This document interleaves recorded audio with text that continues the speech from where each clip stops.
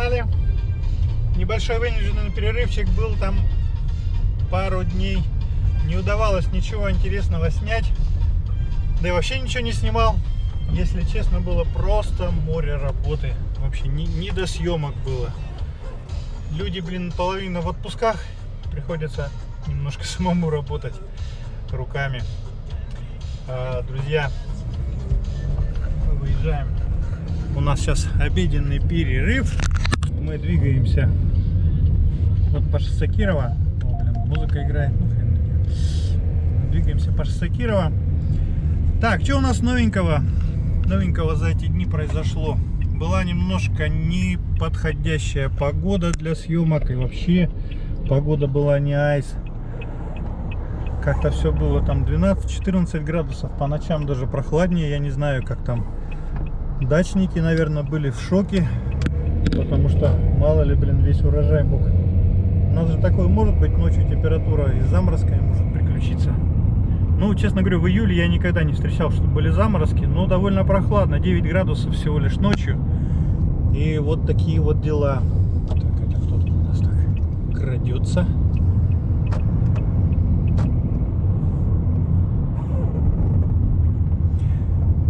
Вот, сегодня погода наладилась, смотрите, солнышко выглянуло. Вчера было прям пасмурно все целый день. А сегодня выглянуло солнышко на улице. У нас сейчас сколько? 20 градусов. Да, вот такой прогноз и стоял на сегодняшний день.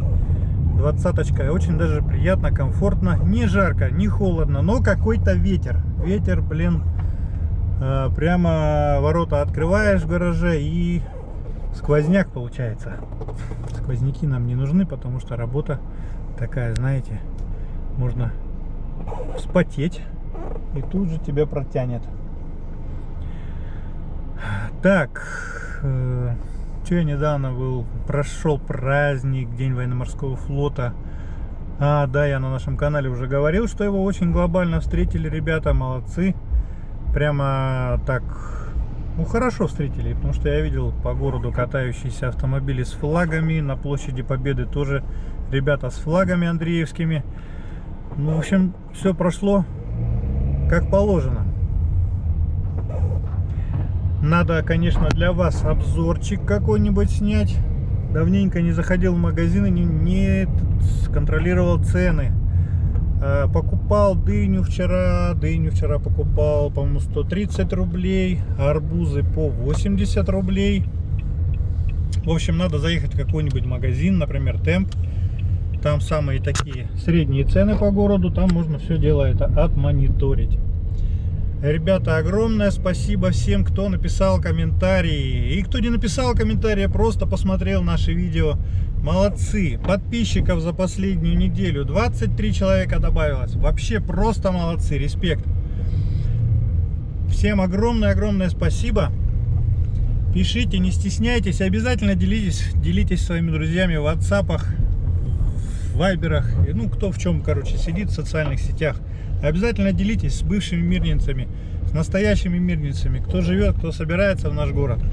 Не забывайте, обязательно присылайте своим друзьям. Пусть смотрят, пусть посмотрят, как мы ездили в Якутск. Трасса Вилюй, вообще это просто отдельная тема. Ее стоит просто отдельно просмотреть. Отдельно, если, конечно, у кого есть время на просмотре, потому что я там ролики такие затягивал и по 30, и по 40 минут. Ну, может быть, кому-то это покажется скучным. А может, кто-то посмотрит и скажет: блин, здорово вообще.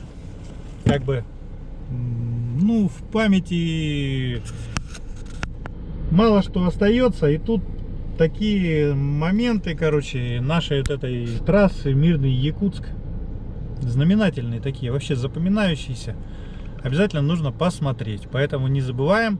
Заходим на наш канал, включаем кнопочку прям канал, потом смотрим видео, выбираем нужный себе файлик и вот. Друзья, еще что, у нас, помните, коврики я вот эти вот снимал, да, вот эти вот ячеистые коврики. Люди пишут, где брал, что, как, чего, почему. Друзья, прям под видео, смотрите, есть ссылочка. Ребята, как-то их случайно нашел, просто случайно, я не выбирал, никто мне их не советовал. Вот там сзади тоже, видите, сзади коврички такие. Никто мне их не советовал, просто забил в гугле, выдала вот такую фигню, ссылка была на базу Drom.ru. Я зашел на Drom.ru, списался с человеком, у них на сайте именно на мой автомобиль были коврики. Вот так, да. На мой автомобиль коврики были. Я списался, они просто спросили 2 ВД, 4 ВД, видимо какая-то отличие есть. И по коврику в багажник. В багажник тоже спросили, как делать с вырезом, без выреза под третий ряд сидений. У меня же третий ряд сидений есть еще. Вот они тоже вот это уточнили, эти моменты. Ну, в принципе, все сделали. Я ставил оценку 4 им. Но это лично мое мнение. Друзья, если кому-то будет нужно, тоже попробуйте, купите. Смотрите, я заказал в 12 часов дня.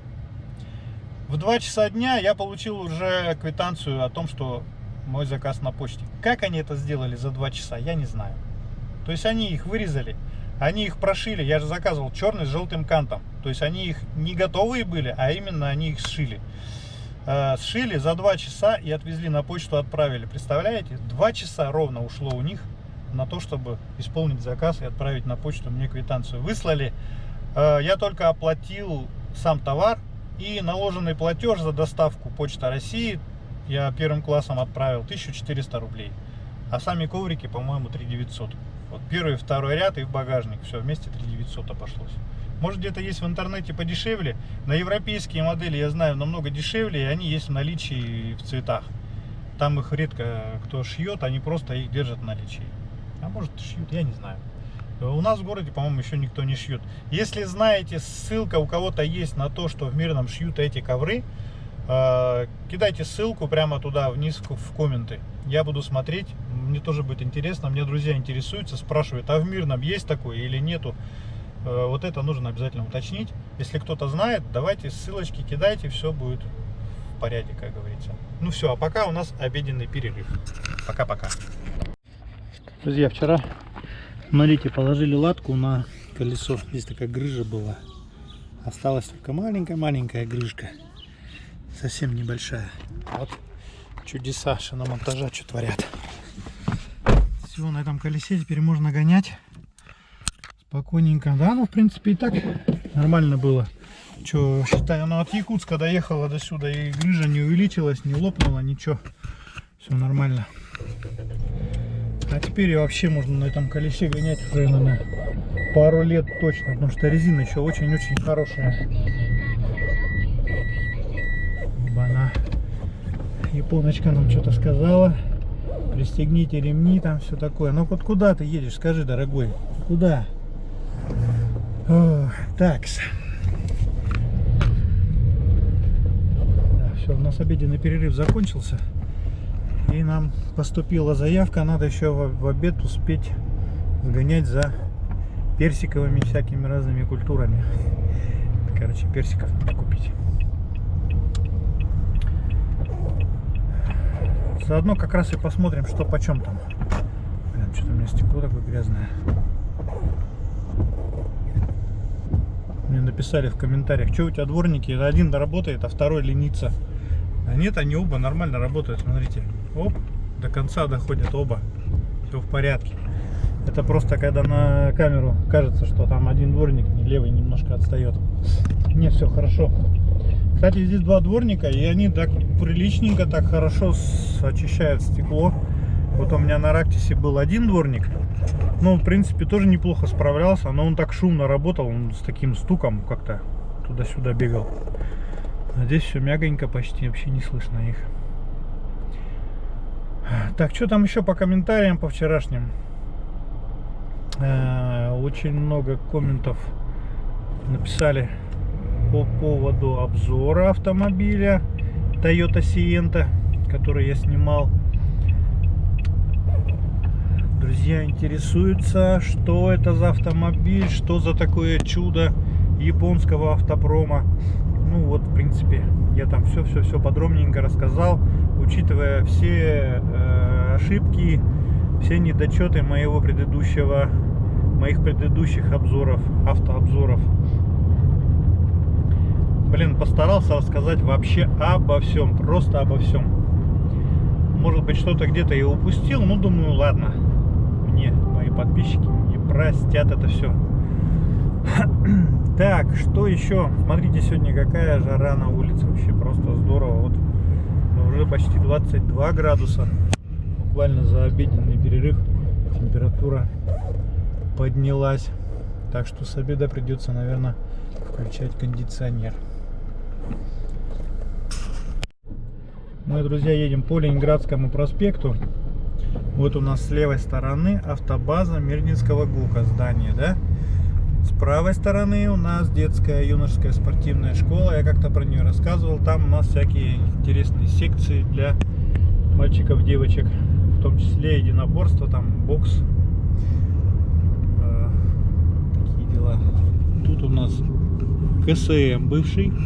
Нынче он закрыт и не работает по какой-то причине.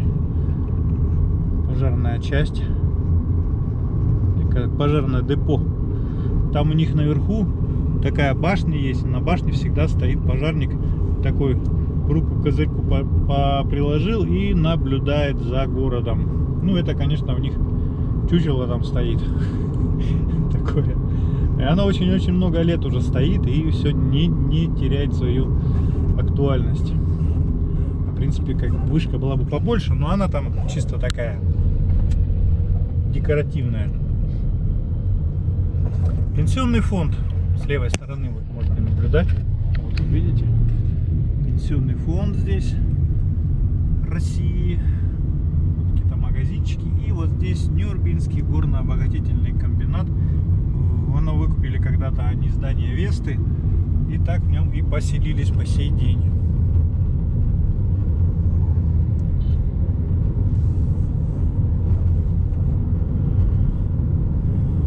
Так, а мы едем на Ермак. Магазин Ермак. Это там оптово-розничная торговля фруктами, овощами. Также там расположен магазин на, 4 сезона, по-моему, там всякие одежда.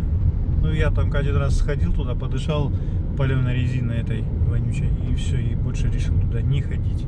Это, короче, такой большой-большой магазин. Я не знаю, для кого он построен, но там я ни одного покупателя не встретил, кроме продавцов. Больше никого там не было. Видите, оптовая база Ермак, вот там появилась на горизонте. Также здесь Континент с магазином ДНС, а также хозяйственными магазинами, магазинами электроники, магазинами бытовой техники. Магазин также это офис Северные окна. И даже, по-моему, какие-то там бургерная была. Не знаю, она, наверное, сейчас не работает.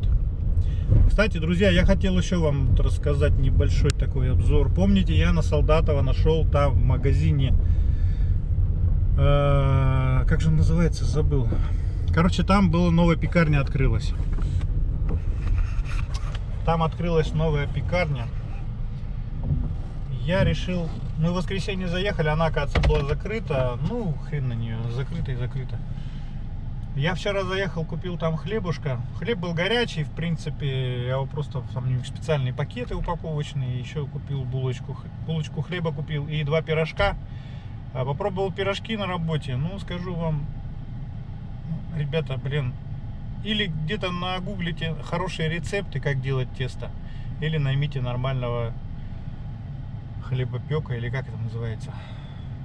Это, короче, ребята, это либо это не ваша тема, потому что пирожок стоил 50 рублей, но ему цена 3 копейки, ей-богу. Вот он просто, его невозможно есть. Он очень твердый.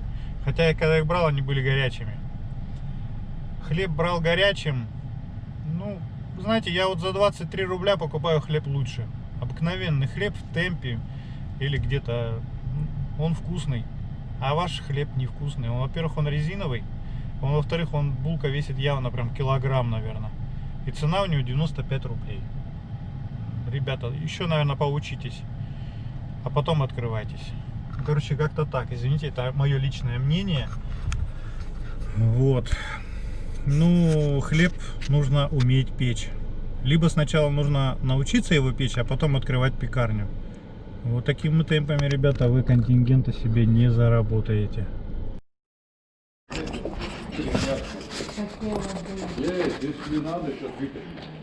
Так. Вот. Арбузы 80, дыня 90. Оба-на, дыня подешевела.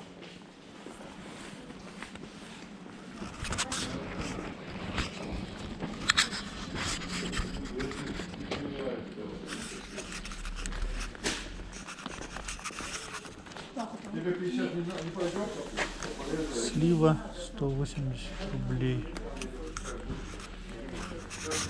Виноград кишмиш 250. Это кишмиш же?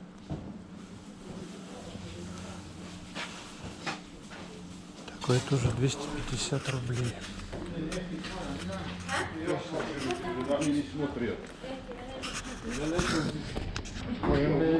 200, 200, 200, 200. Это 200. А вот эти у нас по 330. Груши 220. Груши 250.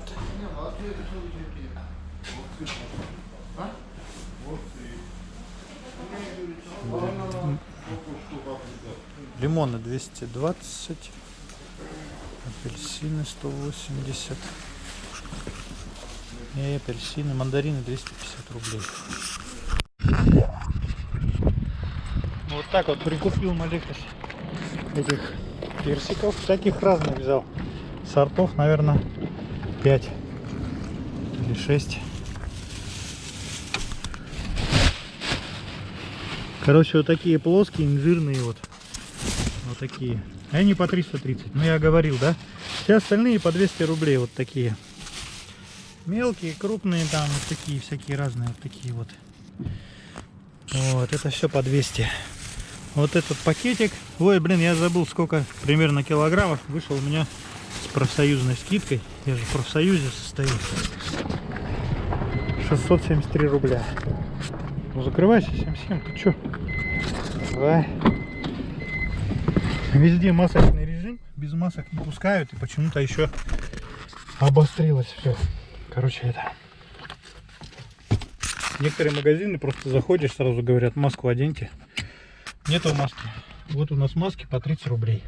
Это я вчера в Контакт заходил. Контакт, электромаркет. Блин, представляете, маску забыл в машине. Ну, лень было возвращаться. Пришлось 30-ку заплатить. Одел маску. Все, ты человек сразу. Тебя сразу признали за своего. Обслужили. А так даже разговаривать не хотят. Даже если у тебя товар в руках, бесполезно. Взял на полке товар, они говорят, маску оденьте. Ну, короче, вот так все. Их тоже, короче, на колени поставили всех. Иначе, говорят, что нас закроют, и мы будем терять бабки, короче. Не дай бог, зайдет какой-нибудь под видом контрольной закупки, купит какой-нибудь болтик за 30 копеек и закроет, блин, на 2 недели магаз на проверку или еще на какую-нибудь фигню. Поэтому все боятся, все трясутся за свои рабочие места. Ну, молодцы, конечно, с другой стороны, да, потому что почему-то пандемия эта опять что-то разгулялась. По Якутии 44, по-моему, человека за сутки прибывает. Бывает, сами понимаете, меньше.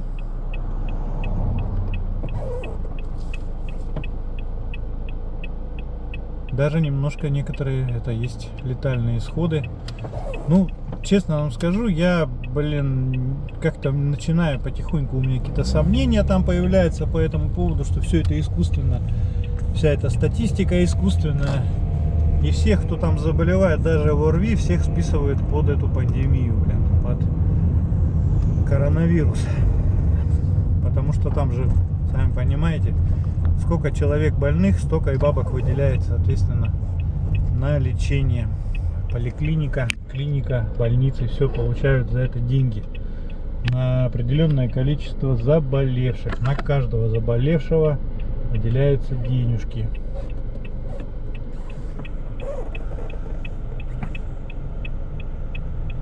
Но опять-таки, это же, понимаете, тоже только лично мои догадки. Соглашаться с этим или не соглашаться, дело ваше сугубо индивидуальное. Вот, все, мы закупили, значит, в магазине, купили там фруктов. Просто там одному товарищу понадобились фрукты для завтрашнего похода на дачу. У них там какой-то вечеринка или как это называется. Ну, короче, съезд работников. Вот, они там собираются немножко сделать сейшн по поводу и без повода.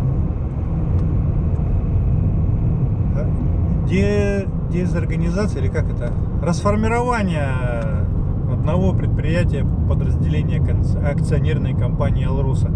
То есть, в принципе, работники, которые вот сейчас дорабатывают осенью, могут разъехаться, как, знаете, как выпускной вечер в школе.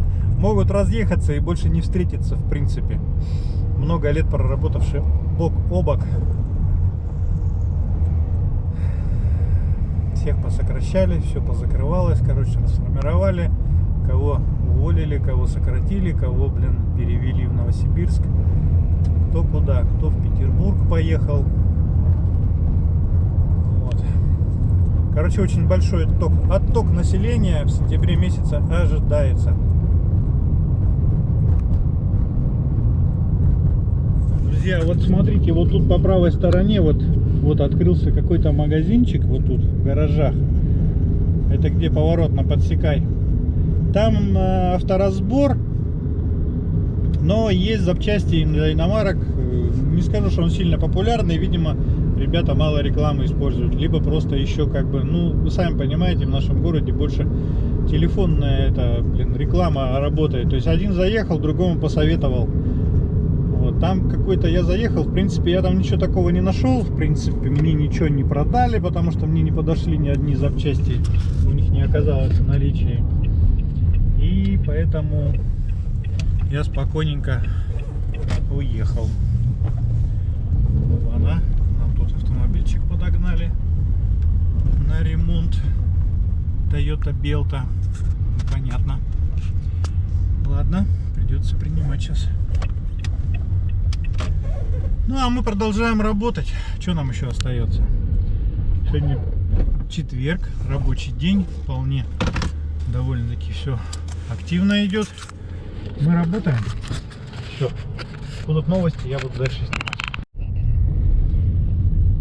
Так, в принципе, сегодня рабочий день уже закончился. Мы двигаемся по улице 40 лет октября. Вон, смотрите, стадион Триумф. Такой стадионище простаивает. Зеленая травка, гаревые дорожки, все как положено, все стоит. Никак не разрешится этот долбанный коронавирус, чтобы, уже народ занялся бы спортом. Никак не получается. И неизвестно, когда это все закончится. Что-то тут обещают нам в сентябре месяце или в августе, я уже точно не знаю. Короче, вторую волну этого коронавируса. Чем это закончится, я не знаю. Но ничего хорошего от этого не получится. Мы уже, потому что уже задолбались жить на удаленке, работать. Благо, вот хотя бы летние кафе заработали. Но еще бы спортивные. Вот спортивных не хватает, потому что люди многие, фитнес и всякие разные там, много кто страдает от этого.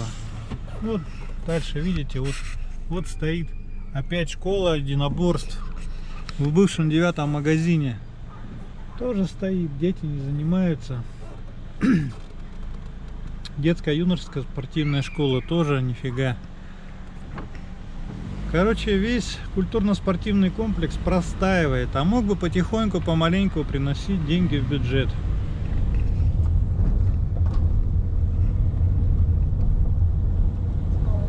И не только в бюджет, а люди же, не работают, они же на простое, им же плохо. Денежку-то кто-то должен в семью приносить. Так, это мы вот что, едем по 40 лет октября, друзья. У меня небольшая была просьба, был заказ снять первую школу. У меня, кстати, и про вторую школу тоже заказ имеется. Так что сейчас мы это дело сделаем. Это вот, друзья, забор первой школы. Сейчас мы закроем. Вот смотрите, тут вот недавно вот такие вот заборы сделали. Школа, конечно, сама, вот видите, она вся вот за забором, там видно хорошо. Она обновленная. По-моему, она сейчас называется не школа номер 1, а как-то по-другому. Сейчас, если открыто, мы зайдем. В саму школу, конечно, заходить там вряд ли, она закрыта. А вот на крылечко там мы точно можем подняться. Здесь, конечно, могут быть и охранники, могут нас прогнать. Сейчас уже вечер.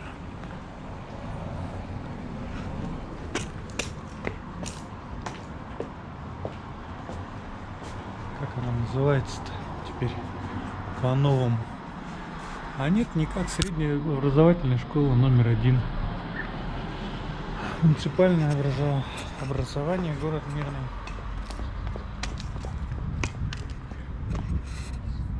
Вот так, видите, сейчас идет ремонт в школе, поэтому там находится у нас по улице 40 лет октября 12. Вот, друзья, вот ваша школа передает вам большой-большой привет.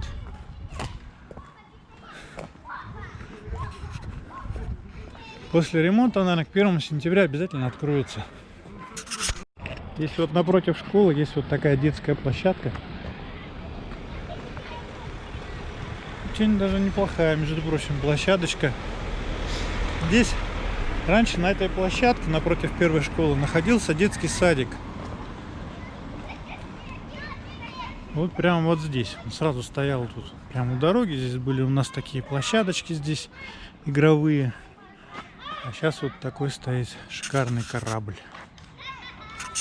Ну, конечно, она не заасфальтирована. Вот это дизлайк, конечно, нашей администрации. А детский садик новый, вот он. Он теперь немножко по-другому выглядит. Вот такой красивый детский сад. Ну, смотрите, здесь игровые площадочки, посиделки всякие для детей. Да-да-да, такие вот дела. Клевером засажено все. Обалдеть. Такой тихий уголочек в нашем городе. Как раз вот напротив первой школы. Так что, друзья, ваш заказ один выполнен. Осталось мне еще вторую школу заснять. Вот вторая школа точно называется не вторая, а как-то она там какой-то колледж, что ли. Не помню. Или гимназия. Короче, подъеду, посмотрю. Так, вот мы сейчас едем по улице Амосова и сворачиваем на Ленина. Сейчас вот сворачиваем. И смотрите, вот с левой стороны у нас Фазанка. Ну или этот, как на региональный технический колледж, город Мирный. Ну, была Фазанка, теперь, короче, это колледж. Техникум, короче, наш. Типа, блин, ну, техникум, не знаю, как точно его назвать. Он находится прямо напротив центра подготовки кадров. Так, вот дальше мы едем, вот она у нас, это школа номер 2. Блин, ее тут плохо видно. Сейчас попробую я вот заехать сюда к почте. Потому что вход здесь от центральной почты.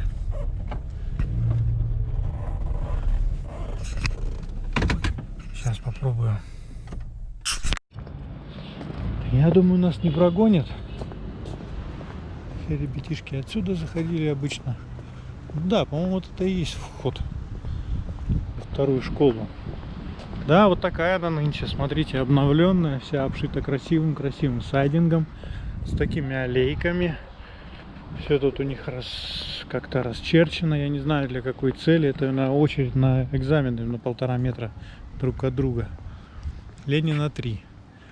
Алроса класс. Здесь реализуется проект Алроса класс.